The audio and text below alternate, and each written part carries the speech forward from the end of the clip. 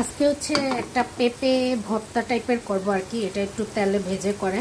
তো এখানে হচ্ছে ওই যে কিছু পেঁপে থাকে না, আমরা ভাজি করার জন্য আনি, কিন্তু হচ্ছে আপনার পেঁপে ভাজি করার আগে দেখা যায় একটু হালকা পেকে যায়, হলুদ হলুদ হয়ে আসে।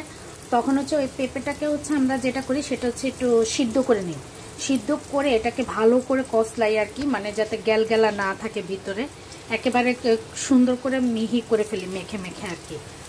তো এটা হচ্ছে সেই আজকে আমি ওইটা বানাইতেছি আর কি, ভাবলাম একটু শেয়ার করি।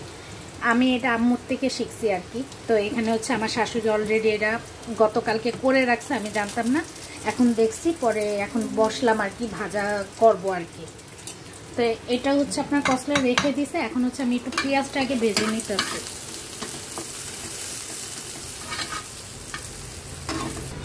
এটা একটু ওই যে বাদামি কালার হয়ে আসলে হচ্ছে এটার মধ্যে অল্প একটু, বেশি না, একেবারে অল্প একটু আদা, রসুন, ধনিয়ার গুঁড়া আর জিরার গুঁড়া দিতে হবে। দিয়ে হচ্ছে ভালো করে নাড়তে হবে জিনিসটা। এটার মধ্যে অল্প একটু এই যে জিরার গুঁড়া আর হচ্ছে আপনার এই যে অল্প একটু ধনিয়ার গুঁড়া দিয়ে দিচ্ছি।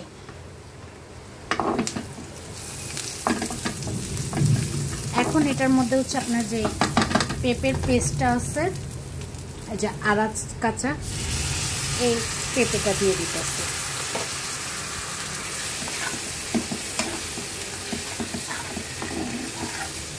যদি আরেকটু জিরার গুঁড়া দিতে চান দিতে পারবেন, কোনো সমস্যা নেই। তবে আদা রসুনটা কিন্তু একেবারে অল্প, চাইলে আপনারা স্কিপ করতে পারেন। তবে আদা রসুনটা দিলে মনে হয় একটু ভালো লাগবে, ঘ্রাণ আসবে, এই জন্য দেওয়া।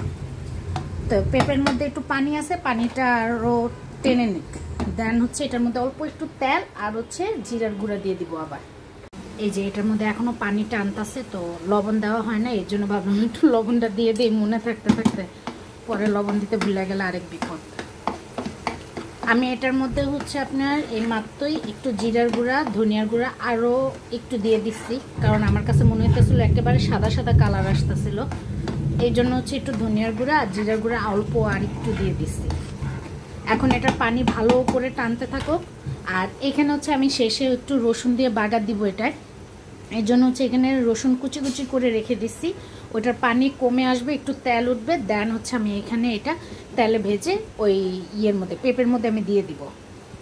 এখন হচ্ছে এখানে আমি প্রায় 6টার মতো কাঁচামরিচ কেটে নিয়েছিলাম, সেটা দিয়ে দিলাম।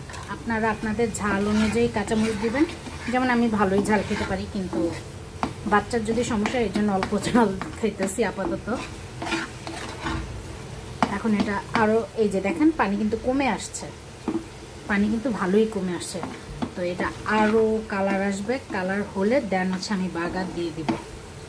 এই যে দেখেন পানি কমে তেল তেল উঠতেছে এখন। এই যে এটা হচ্ছে একটু ভাজা ভাজা হতে হতে আমি এখানে হচ্ছে আবার রসুনটা বাগার দেওয়ার জন্য তেলে দিয়ে দিচ্ছি। রসুনটা হইতে হইতে এটা যতটুকু আরও মানে ভাজা ভাজা হয়। তবে বাগার দেওয়ার পরও আমি আরও কিছুক্ষণ রাখবো, কারণ এটা আরও সুন্দর একটা কালার আসবে তাহলে। এই যে আমার রসুন বাগার দেওয়া হয়ে গেছে, ভিডিও করতে করতে দেখা যাবে এটা পুজো যাবে। তো আমি নামায় ফেলতেছি, চুলার জাল কমায় দিছি, বন্ধই করে দিছি।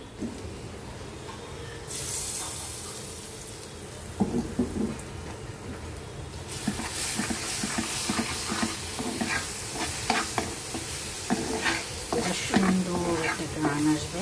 ও হ্যাঁ, ভালো কথা, এটার মধ্যে কিন্তু অল্প একটু স্লাইস চিনি দিয়ে দিবেন, অল্প একটু চিনি দিলে হবে।